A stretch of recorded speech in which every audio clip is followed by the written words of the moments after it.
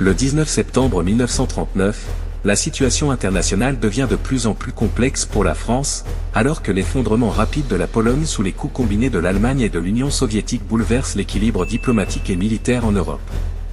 Tandis que la « drôle de guerre » se poursuit sur le front occidental, sans action militaire significative entre la France et l'Allemagne, la pression monte pour une révision de la stratégie défensive française. En ce jour, Paris est en proie à des débats internes intenses sur la direction à prendre, tandis que les répercussions internationales de l'invasion soviétique de la Pologne continuent d'alimenter l'incertitude. Contexte militaire, attentisme et première réflexion sur une offensive. Le 19 septembre, la stratégie militaire française reste largement figée dans une posture défensive.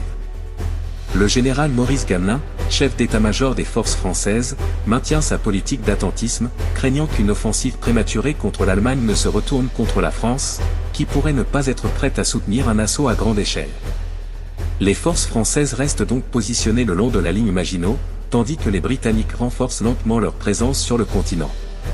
Cependant, la rapidité de l'effondrement polonais commence à semer le doute parmi certains officiers français.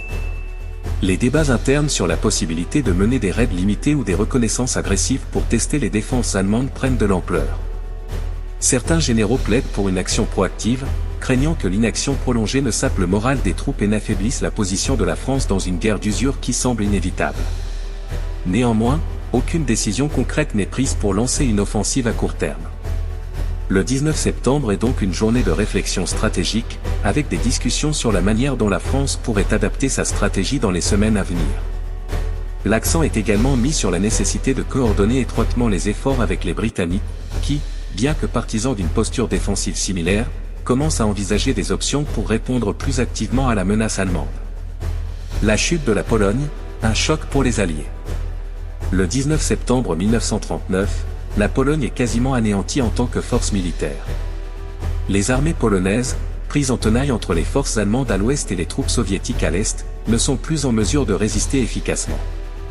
Varsovie est sur le point de tomber, et les récits des atrocités commises par les forces allemandes, ainsi que les arrestations massives opérées par les soviétiques dans les territoires occupés, parviennent jusqu'en France.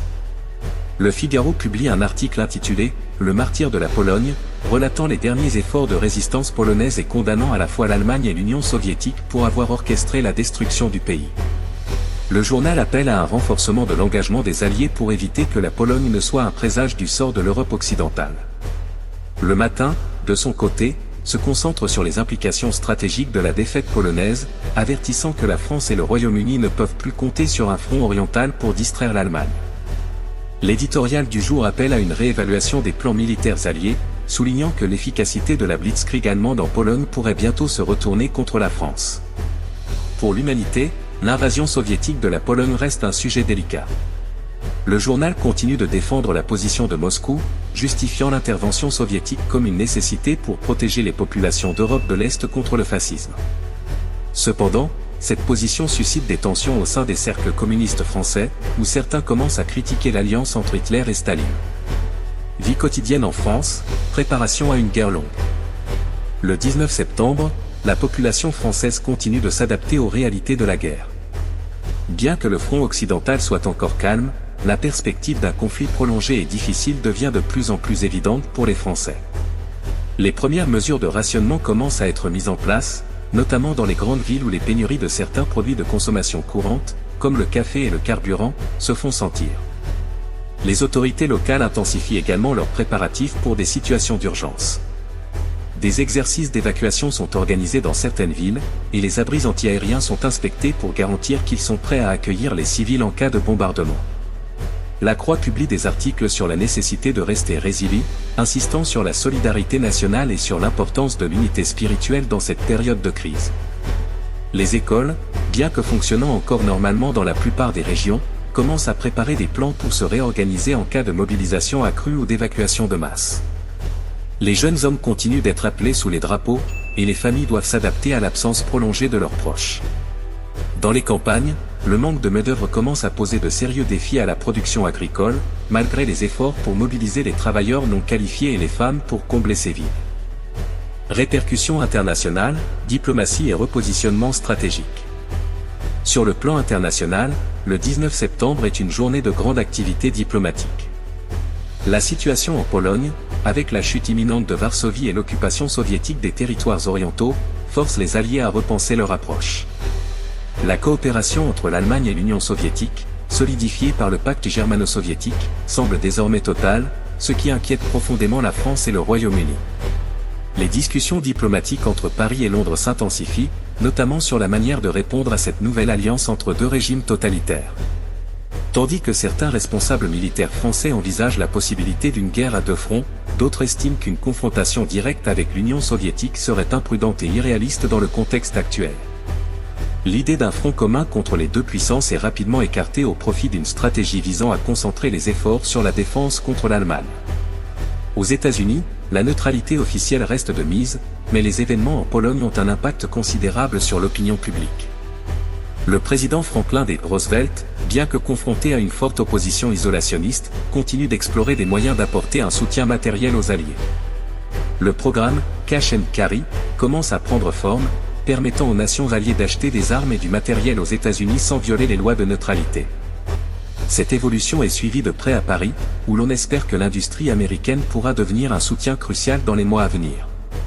En Italie, Benito Mussolini continue de maintenir sa position de neutralité, bien que l'Italie renforce ses préparatifs militaires, notamment en Méditerranée. Les diplomates français tentent de garder la porte ouverte à une éventuelle coopération avec l'Italie, bien que les sympathies fascistes de Mussolini pour Hitler rendent cette perspective de plus en plus improbable. Débat politique en France, une demande croissante d'action. Le 19 septembre, les débats politiques en France s'intensifient alors que l'effondrement de la Pologne jette une ombre sur l'efficacité de la stratégie défensive actuelle. Au sein du gouvernement Daladier, des voix de plus en plus fortes appellent à une révision de la stratégie militaire française. Certains ministres, tout comme certains députés à l'Assemblée nationale, expriment leur frustration face à l'inaction perçue des forces françaises, alors que les Allemands continuent de renforcer leur position en Europe de l'Est. Édouard Daladier, bien qu'il soutienne encore la posture défensive du général Gamelin, commence à envisager des ajustements pour répondre à la pression croissante. Le gouvernement explore des moyens d'accélérer la mobilisation industrielle et militaire, tout en cherchant à éviter une confrontation directe prématurée avec l'Allemagne. Le dilemme stratégique auquel la France est confrontée devient de plus en plus évident: comment engager le combat sans répéter les erreurs de 1914, où des offensives précipitées avaient entraîné des pertes massives. Conclusion. Le 19 septembre 1939 est une journée marquée par l'inquiétude croissante en France face à l'évolution rapide de la guerre en Europe de l'Est. Tandis que la Pologne est sur le point de disparaître en tant que nation indépendante, la France se trouve confrontée à des choix difficiles quant à la manière de réagir à la menace allemande.